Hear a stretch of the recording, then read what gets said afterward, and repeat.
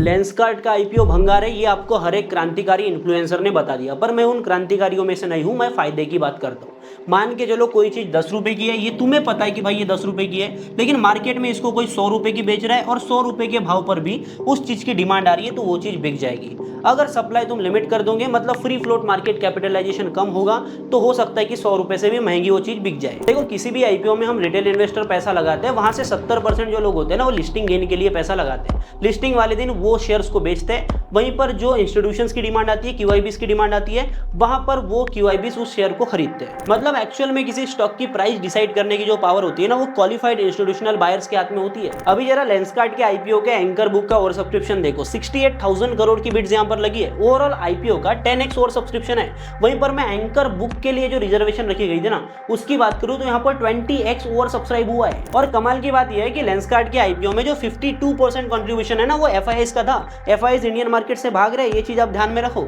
और यहाँ पर ब्लैक रॉक ने भी इन्वेस्ट कर रखा है। पहले आप इस रिटेल इन्वेस्टर वाली क्रांति को साइड में हटा के लॉजिकली सोचो कि कोई भी कंपनी जो आईपीओ लाती है वो रिटेल इन्वेस्टर्स को ध्यान में रखते हुए नहीं लाती है। अगर कंपनी को लगता है कि इस भाव के ऊपर मेरा जो आईपीओ है सब्सक्राइब हो जाएगा, तो वो कंपनी ज्यादा से ज्यादा भाव लेकर के आएंगी मार्केट में। और लेंसकार्ट के आईपीओ की सच्चाई है कि एंकर बुक काफी हद तक ओवर सब्सक्राइब हो चुकी है, क्यूआईबी कोटा भी यहाँ पर ओवर सब्सक्राइब हो चुका है, और यहाँ पर बड़ा सब्सक्रिप्शन पड़ने के चांसेस है। रिटेल इन्वेस्टर्स के लिए जो 10% का कोटा रह गया था, जिससे फ्री फ्लोट मार्केट कैप और भी कम हो जाता है, वो भी अभी के टाइम पर सब्सक्राइब हो चुका है। देखो, मैं आईपीओस को काफी टाइम से कवर करता हुआ आ रहा हूं, और जो लोग आईपीओस लगाते हैं ना, उनको एक बात पता होगी कि आईपीओ सस्ते कभी नहीं होते। इसलिए भाई अपन लॉजिकली सोचते हैं, आईपीओ में सबसे पहले अपन लिस्टिंग गेन लेते हैं, उसके बाद में 2-3 दिन वो आईपीओ भागता है, फिर बनता है यहाँ पर राउंडिंग बॉटम चार्ट पैटर्न, और यहाँ पर एक्यूमुलेशन जोन में पैसे लगाते हैं और फिर से पैसा बनाते हैं। और इसीलिए मैं आपसे बोलता हूँ, इन भावनाओं में ना बहते हुए एक प्रॉफिट कहां बन सकता है वो देखो, और समझदारी से अपना डिसीजन लो। बाकी ऐसी वैल्यूएबल कंटेंट के लिए वेल्दिफाइड को फॉलो भी कर लो।